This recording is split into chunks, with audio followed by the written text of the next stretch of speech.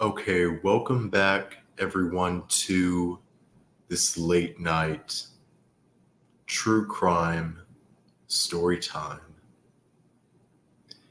Thank you for tuning in. And also thank you for the ones of you that are also watching this on the replay. Um, Welcome back to the channel. Welcome back to Bandit Network TV. Tonight we're going to be discussing a case that is pretty old in nature.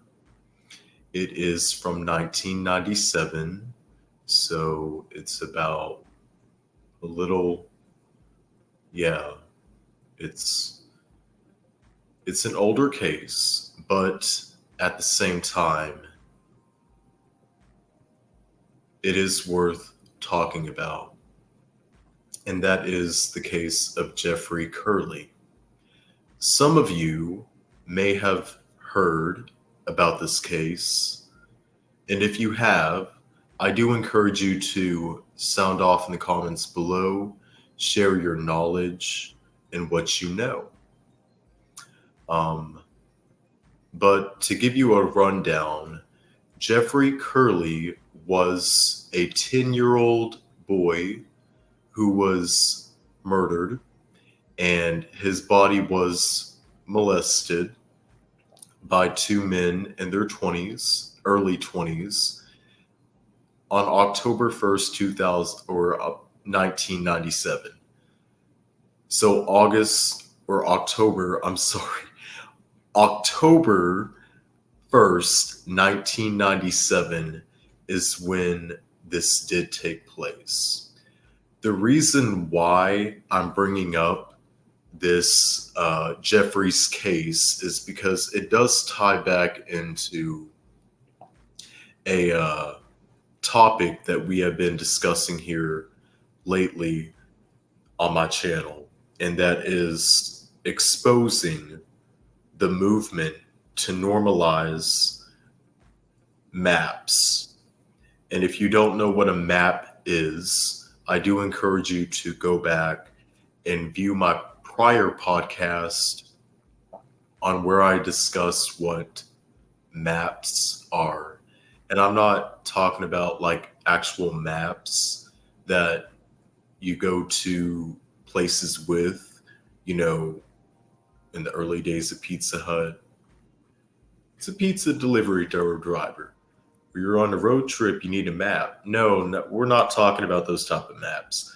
We're talking about minor attracted people.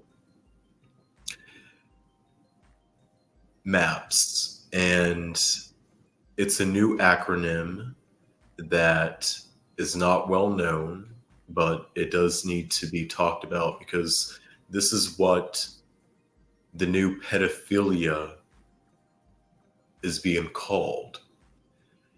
These organizations, such as MAPS, NAMBLA, Nugan, all of these entities that support and condone pedophilia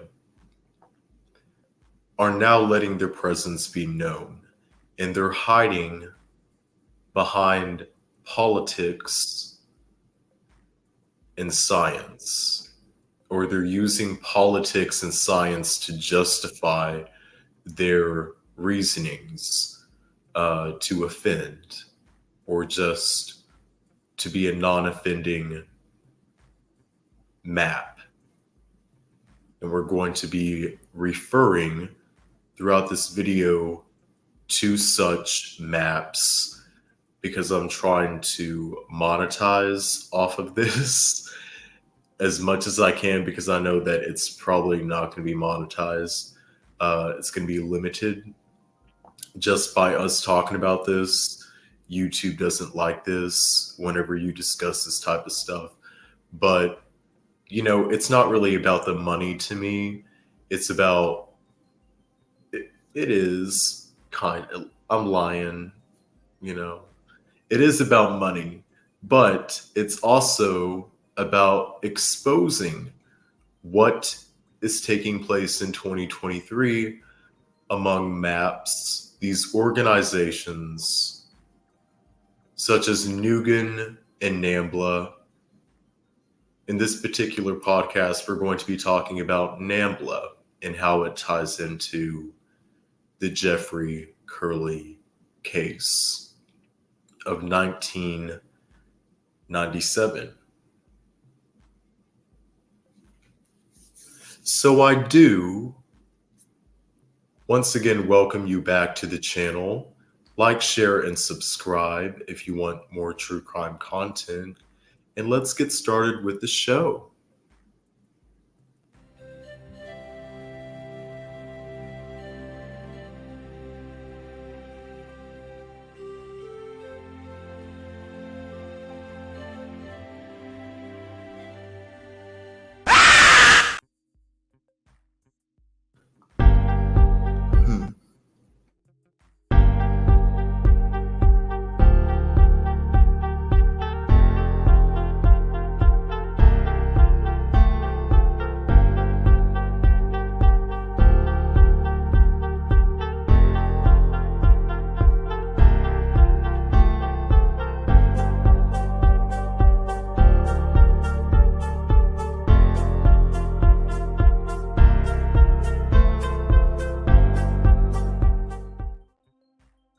Okay, let's see. We have some comments.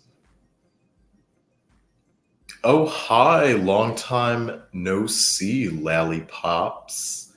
How you been, dear? It's good to hear from you. You remember that old commercial that, that caffeine? Was that what it was called? Was caffeine? Like that energy drink? Yeah, that's where the scary car commercial thing came in. Oh, okay. Let's carry on.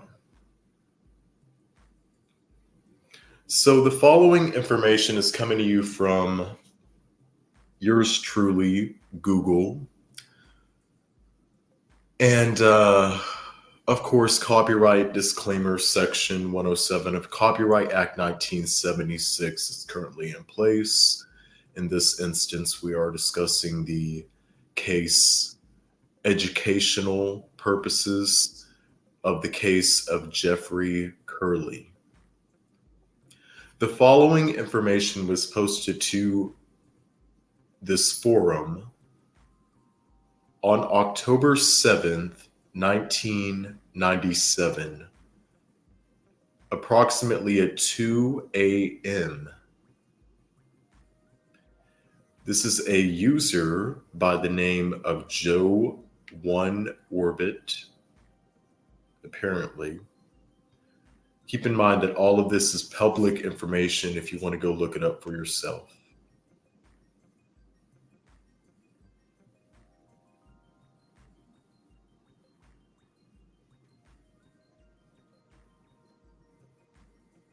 It reads, "Hello. Just a few hours ago, police drivers did find the body of 10-year-old Jeffrey Curley in the Great Walks River in Maine." This is happening in New Hampshire and Maine. The boy was kidnapped and killed on Wednesday, 6 days ago, so that would make it October 1st, allegedly by two men in their early 20s who first offered Jeffrey $50 and a bike if he would agree to have sex with them.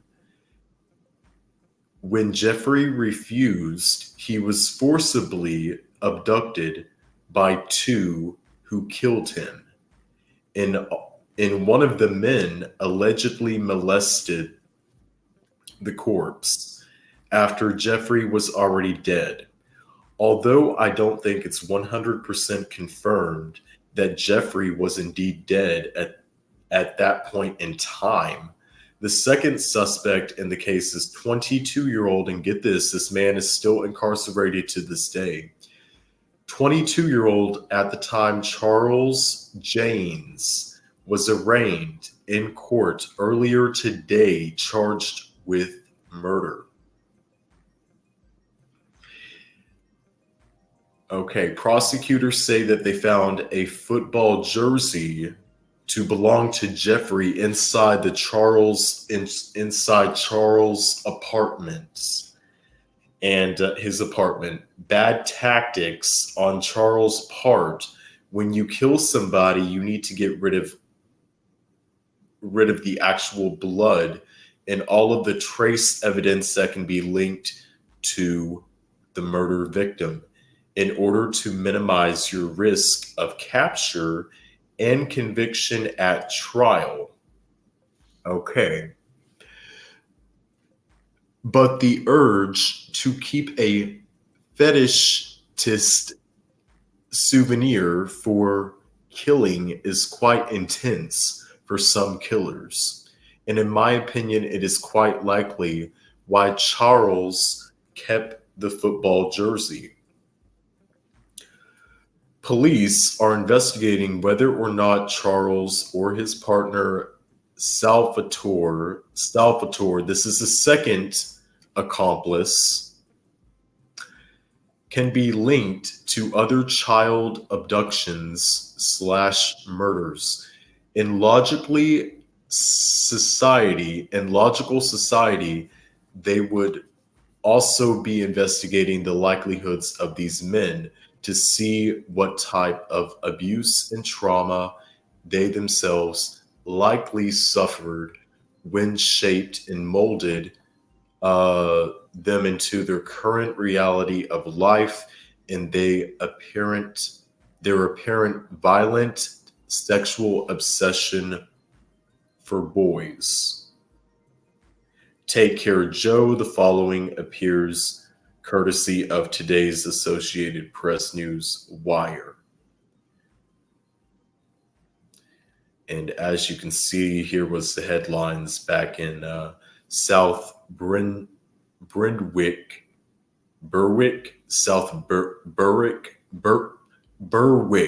Maine.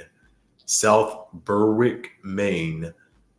Drivers today found a body of a 10-year-old Massachusetts boy who was killed, authorities say, after he refused two men offered him 50. Was this in Massachusetts? I could be getting it wrong. Well, I remember it said Maine, but I didn't remember Massachusetts. Anyways, boy who was killed, authorities say that after he refused two men's offer of $50 and a bike to have sex. Jeffrey Curley's body was found in a plastic container filled with cement in lime in the Great Works River, a tributary of I'm not even going to try to pronounce that river, which divides New Hampshire and Maine. Jeffrey was allegedly kidnapped near Cambridge, Massachusetts, Wednesday by two men who had stalked him for 2 weeks. He was molested with gas-soaked, or he was smothered. I'm so sorry. Smothered with gas-soaked rag. Trigger warning, guys. I'm sorry. I know this is very graphic for some people, but I should have said this earlier on. You know what we're going to be talking about tonight. You know how things get over here if you're not familiar with it.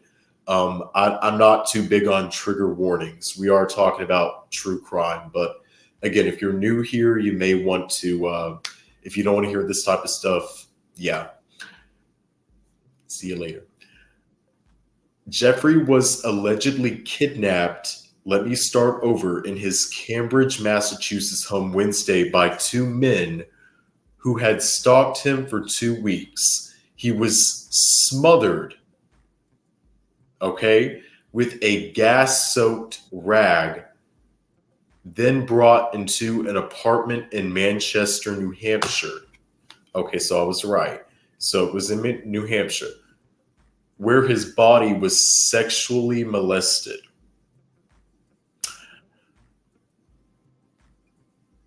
So basically, they were trying to use gasoline as a chloroform or get him high, and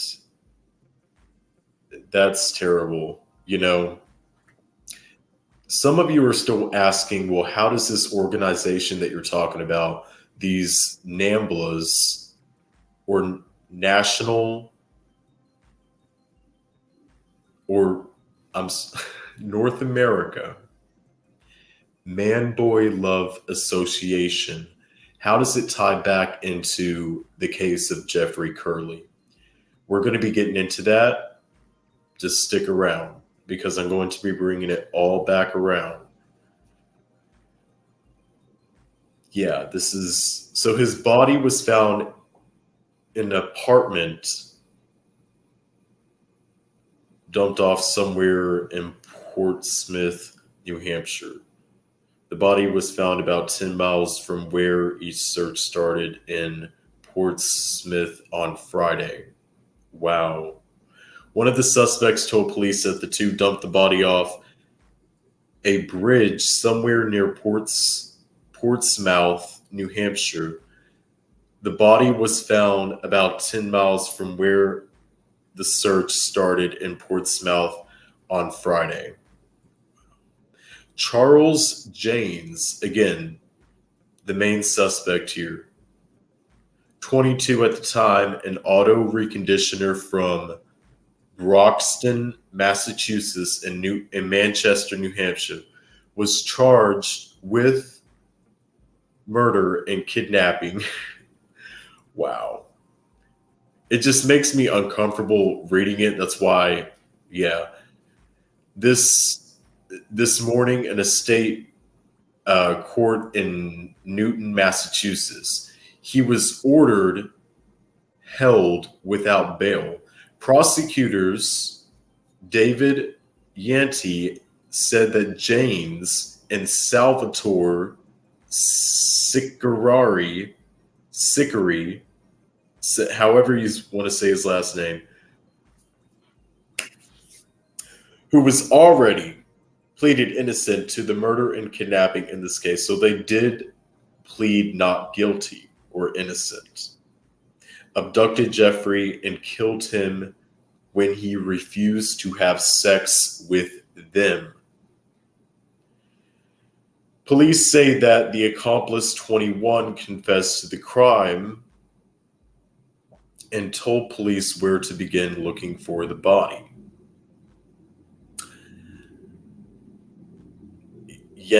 Yentiti said James and Sicari were seen on videotape purchasing a 50-pound bag of cement. Get this, guys. This is very... Yeah, I forgot to mention this. So his relative worked at the same Home Depot that these two went and bought cement, which was later used in the crime scene.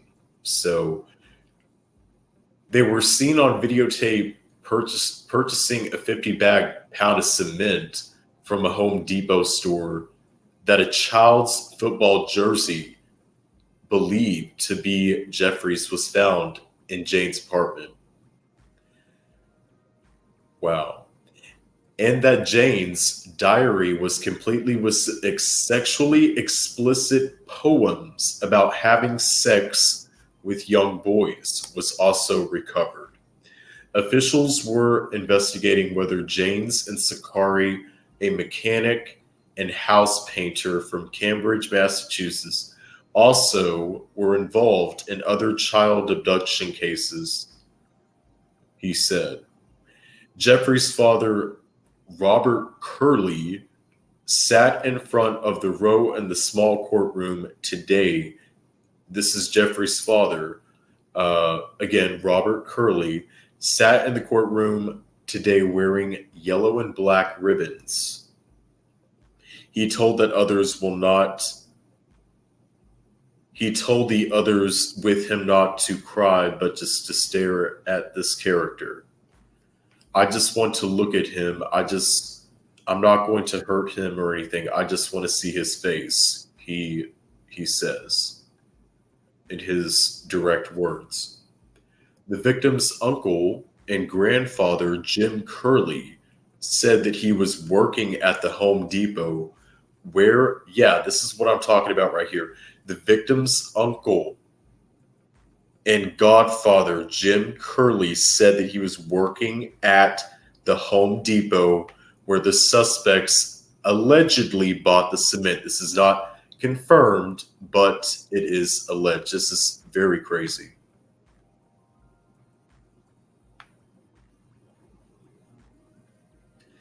It goes on to say that I may have talked to them. I may have seen, even heard them. I may even have told them how to mix cement. It kills me to think that I may have been there. I may have even helped them load the car, he said. According to the Associated Press, posted on October 8th, 2000, or I don't know why I want to say 2007, 1997. Sorry about that.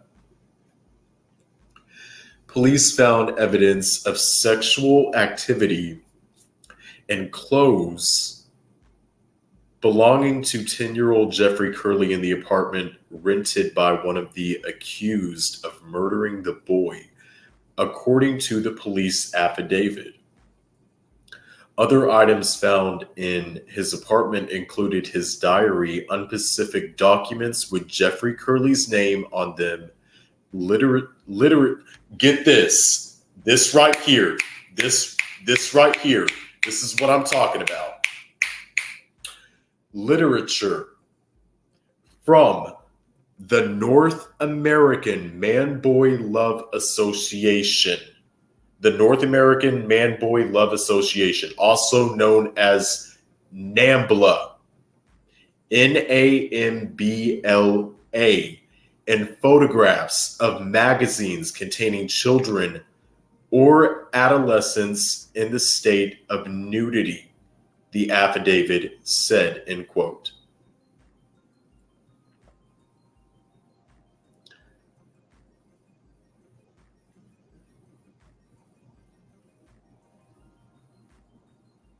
Now, if we go over to, yes, right here, let's turn the attention to this article, which was posted by ABC News back on August 31st, 2000 at 1:22 p.m.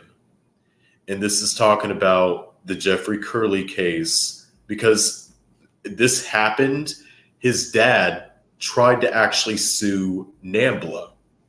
And NAMBLA, and this is where the waters get tricky, because are they really responsible for what happened? No, they're not. Okay? They're not. And I'm not trying to say that they are, right? They didn't do this. An individual did this, and he's behind bars. They even confess. So they did this, but however, this is what I'm trying to say. They were followers of this cult. And I'm just going to go ahead and say it's a cult. It's a fucking cult. NAMBLA, NAMBLA, is a fucking cult.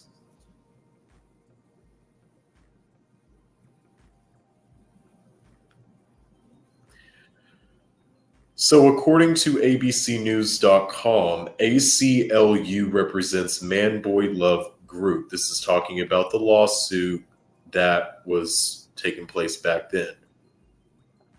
Citing the First Amendment, the American Civil Liberties Union is defending a group that supports pedophilia against a civil suit filed by the family of a molested and slain Massachusetts boy.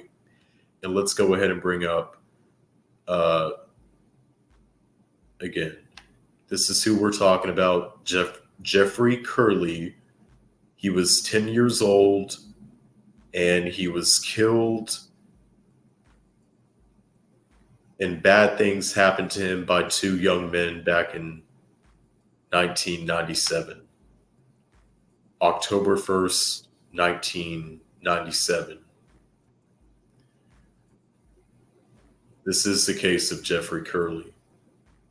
The parents of 10-year-old Jeffrey Curley filed a wrongful death lawsuit seeking damages from the North American Man-Boy Love Association, also known as NAMBLA, for the 1997 RAPE and MURDER of their son. Another defendant in the lawsuit is the web provider Virno Inc., which we're also going to be talking about them too. That's my next episode in this series of videos or live streams. There's a lot of organizations. It's very organized. You know, they're starting to get very organized, and they're pushing for this to be the new normal thing. And these people, ladies and gentlemen, ever since I've been talking about this, I have received backlash by people that hide behind screen names that want to come over here and try to gaslight the audience and chat by saying, oh, thank you for exposing the truth and proving that science is the reason for our behavior. They're using science. They're also using political organizations to back their agenda. And they're trying to actually make it normal. They've also brought in the gay community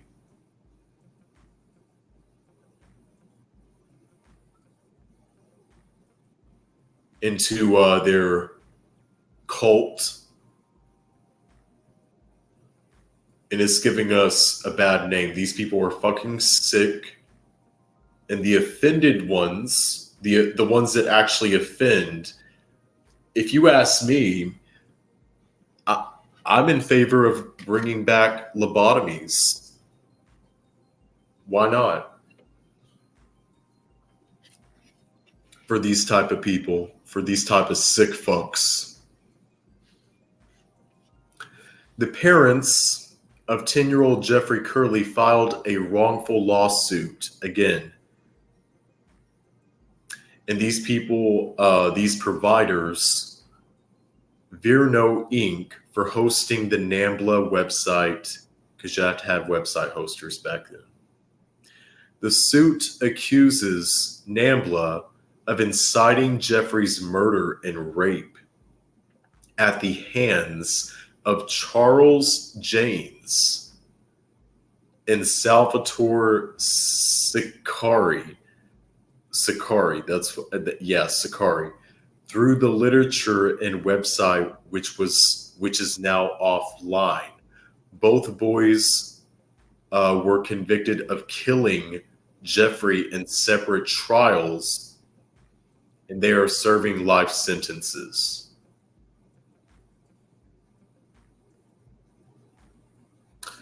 According to the Curley suit, Janes was a member of the NAMBLA under an alias at the time of the slayings. Janes, the plaintiff said, had viewed the NAMBLA website shortly before the murder. Get this. This is this just goes to show that these people know exactly what they're fucking doing. And anybody that wants to say, well, it really is science. Like there's something off in their brain. I'm not saying that there's nothing off within their brain. If you want to call it a medical condition or some type of disorder, then fine. I guess you can say it's a disorder, right? Now, don't use that as an excuse to normalize this type of fucking behavior, because that's where you go to the left. That's where it gets fucked up. No one's arguing that it's not a medical condition or there's science behind it, why these people would do the things that they do, right? Or the chemistry in their brain. I'm not here to argue about that. I'm talking about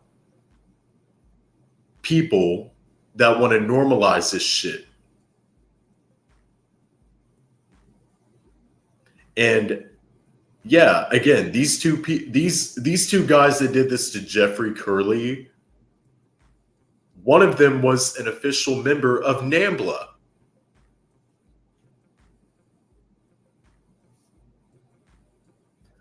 Targeted for beliefs, right? ACLU officials say NAMBLA denies encouraging the rape and murder of anyone. According to the ACLU, the suit is designed to stifle and dismember or disination.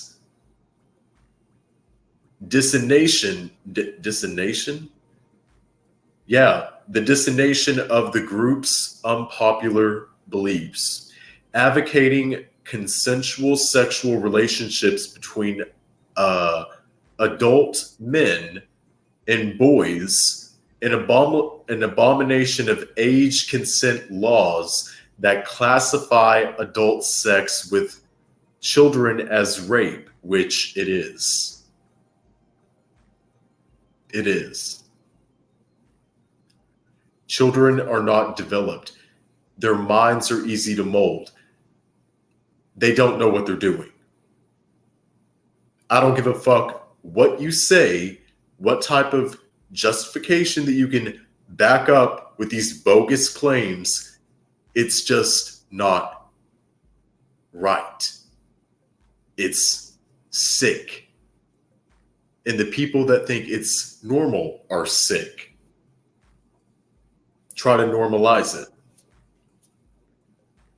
I'm getting pissy because they're coming over here on my channel, leaving comments, which I think I took a screenshot of.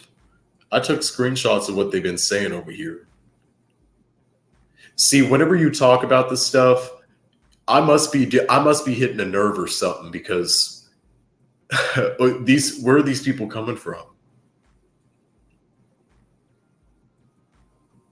And I noticed that the very first video that I did, I'm not trying to brag or anything, but I'm just saying this in context, that ever since I've been talking about this type of stuff, I've been receiving a lot of nasty comments, which I've been deleting.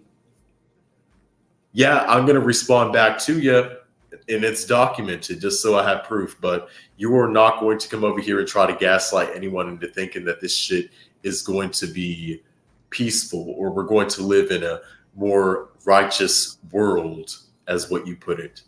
Again, these people, they talk like they're in a cult. If anybody has actually sat down and talked to one of these people, they sound like they're in a fucking cult, and that's my opinion. I'm just saying. I've never done that, and I don't want to have the pleasure of doing that. But I can only imagine that it's like talking to somebody in a cult. If this is how they're actually talking online, then I can only imagine the shit that they're going to be saying in real life. And that's just my opinion. So plus, NAMBLA should not be punished for the crimes of two men, and their beliefs should be protected.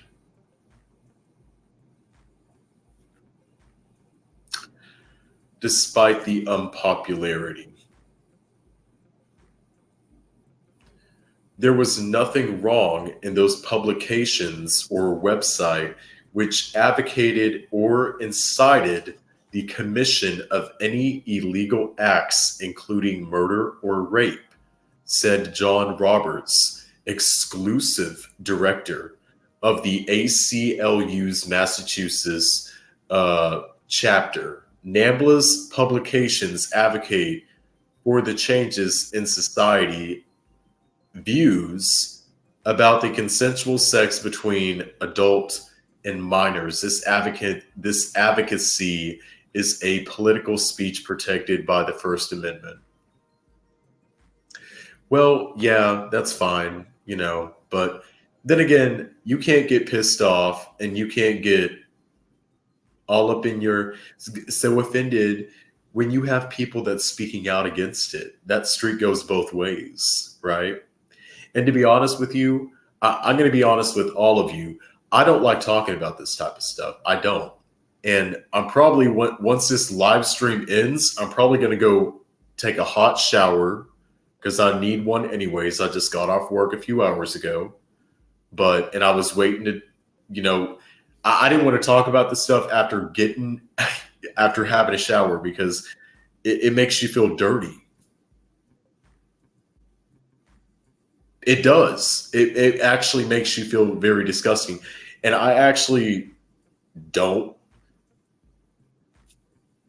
necessarily enjoy talking about this, but I don't. But I'm doing it because it needs exposure, and more of these groups are pushing for this. This is what's going on in 2023. In some states, such as California, has passed 1719. And if you don't know what Senate Bill 1719 is, go back and look at it. Do your research. I just encourage everybody to do the research when it pertains to any topic that we talk about over here on this channel. So this is what this shit was saying back in 2000. So 3 years after this happened, there was a lawsuit against NAMBLA on behalf of the parents of Jeffrey Curley. If you guys are curious to what Charles Janes looks like to this date, here he is.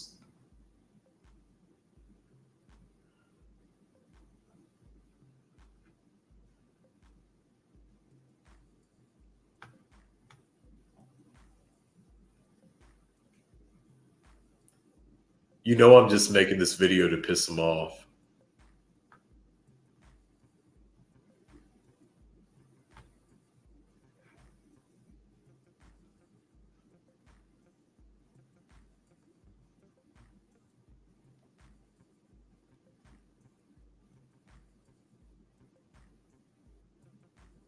Okay, so right. Wait, no, he's not. Who is this?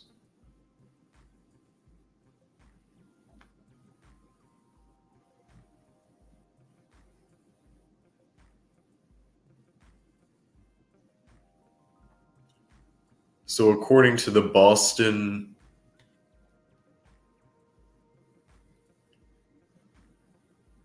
let me share this tab instead because I don't want to be sharing their shit. I don't want to I just don't want to go around screen sharing everybody's stuff.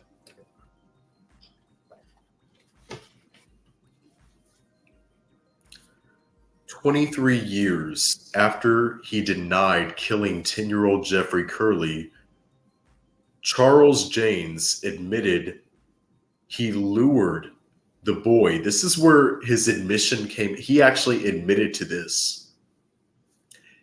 He admitted he lured the boy into the car, killing him with a rag soaked in gasoline and seeing if he could get away with it, like on TV and movies.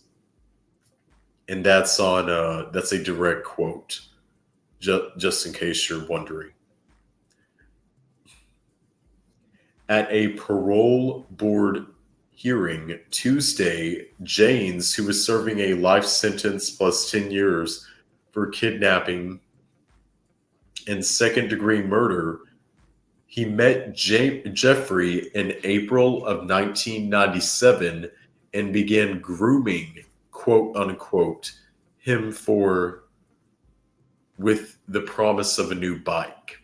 So yeah, it's like you look at an apple tree and you can't pick the apples, he said. I was immediately attracted by the prospect of the future. Janes, who is now 44, formerly of Brockton, admitted that he was absolutely grooming the boy when he took him to look at new bikes into McDonald's, the Museum of Science, and his job.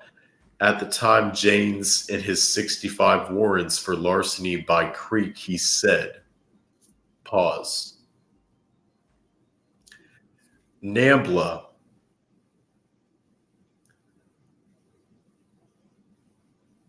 The type of blogs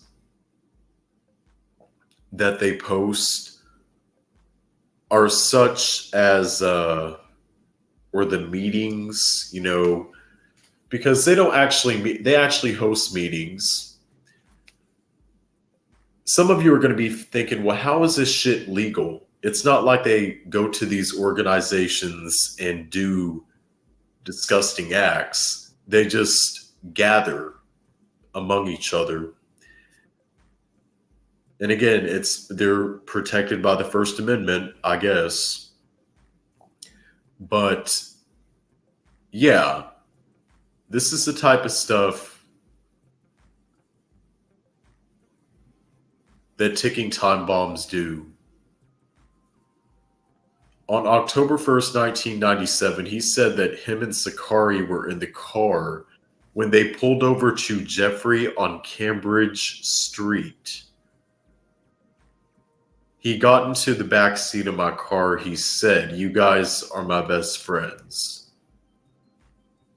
Jane said, "I headed in the direction of the bike shop because I didn't want Jeffrey to be suspicious." He then drove to the back of the supermarket, he said, so we could have privacy and murder Jeffrey. This is what's coming from what's his name? Charles Janes. This is what he is admitting to doing. And also what was going on in his head at the time of doing this. And I'm not saying allegedly because he's already been convicted, so he's been found guilty.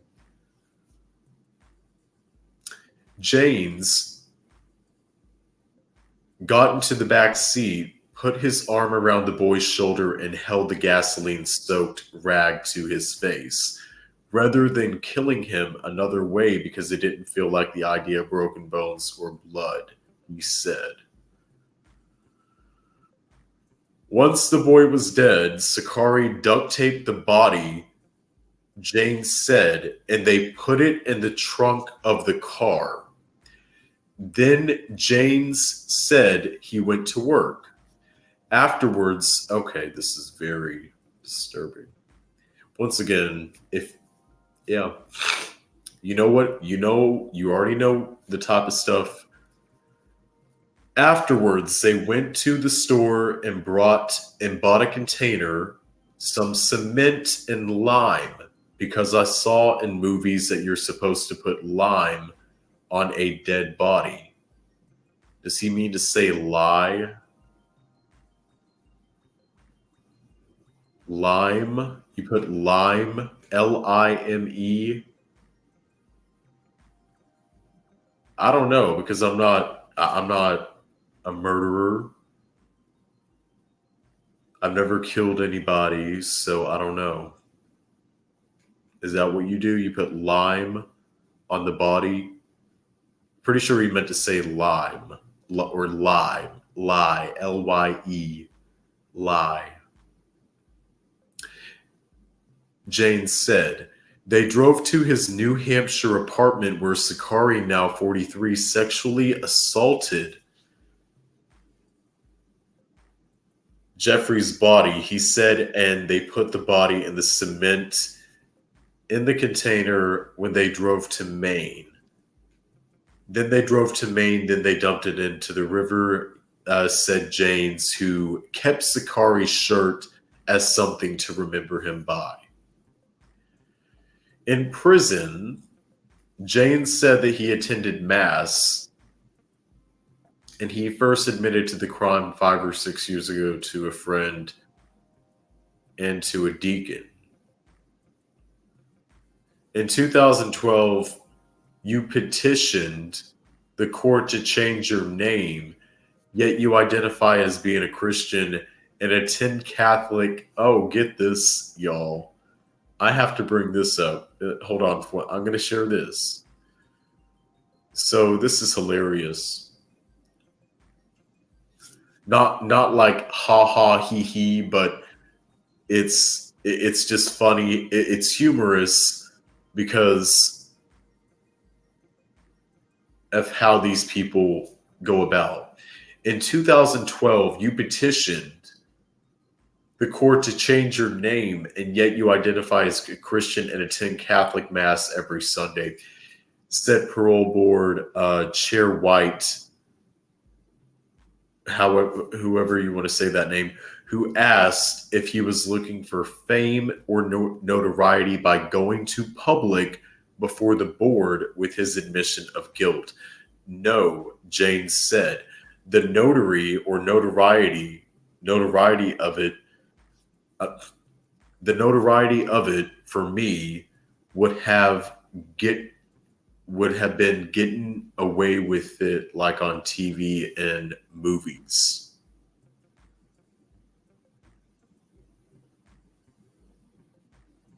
So basically he did it because he could. And he wanted to see if he can get away with it. In prison, Minori said he was amassed about 40 discipline reports for offenses including violence, soliciting another inmate for sex, and refusing to obey orders. I think that you have a tremendous amount of work to do to get to the bottom of your sexual deviance and digging into the horrific nature of this case, said Maury, this person, who denied James' request to read from 12 pages of testimony that he had written. And yeah, I'm not going to continue reading this because, like I said, this is very vile, and this case is very disturbing and sad that anybody could do this to a 10-year-old right here, the actual victim who we're talking about, who is Jeffrey Curley.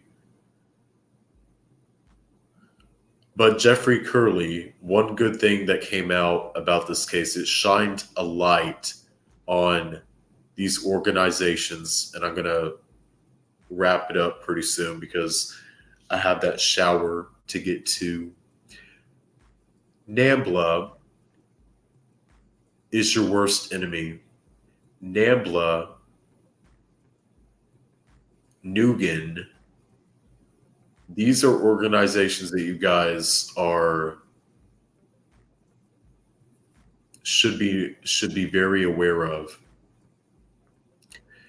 because those are the leading candidates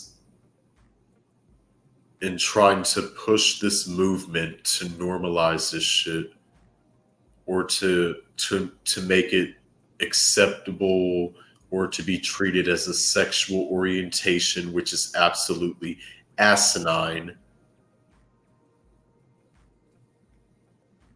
Again, bringing the LGBT people into it, like we already don't have enough shit people can talk about us. You know, we're whiners. We bitch and moan about being offended by every damn thing. Hi, Aunt B. Hello. Sweet looking little boy. I'm a boy, mom, three sons, little boy. Little boys are so special.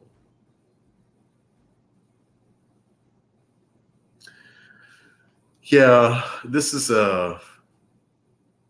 Jeffrey's case shined a light on these organizations and their existence and what they teach and preach. Yes, NAMBLA did not was not directly responsible for Jeffrey Curley's death. However, one of their members was. One of their members killed this boy.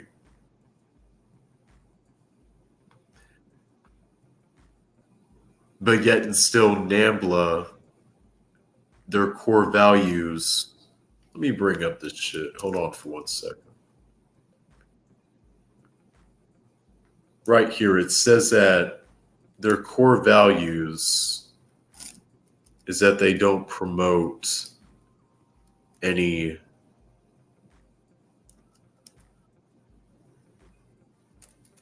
violent nature or whatever.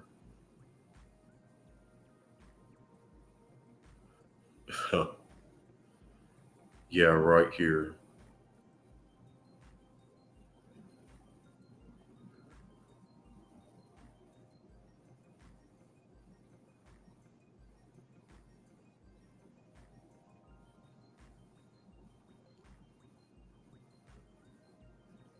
Yeah, right here. Coming from their website, this is coming directly from NAMBLA. Yes, I told y'all they even have a website. So this is coming directly from them. We condemn, we condemn sexual abuse of all forms or court, any associated form or factor. Freely choosing relationships differ from unwanted sex. Present laws, which focus only on the age of the participants, ignore the quality of their relationships. We know that differences in age do not preclude to mutual loving interactions between persons.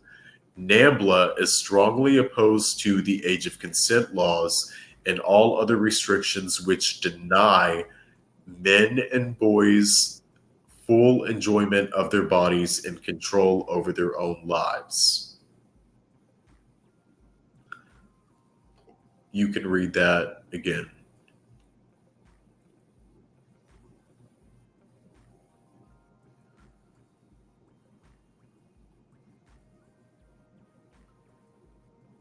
This is their core values right here.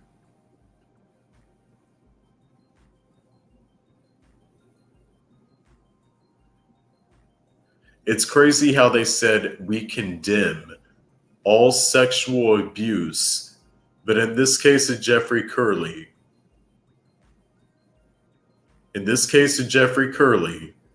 one of their members killed and molested his corpse.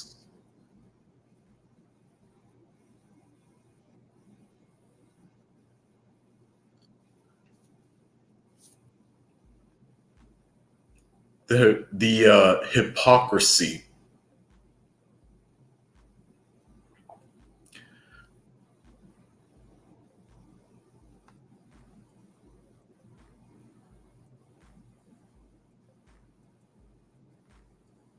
So we're going to go ahead and wrap this up.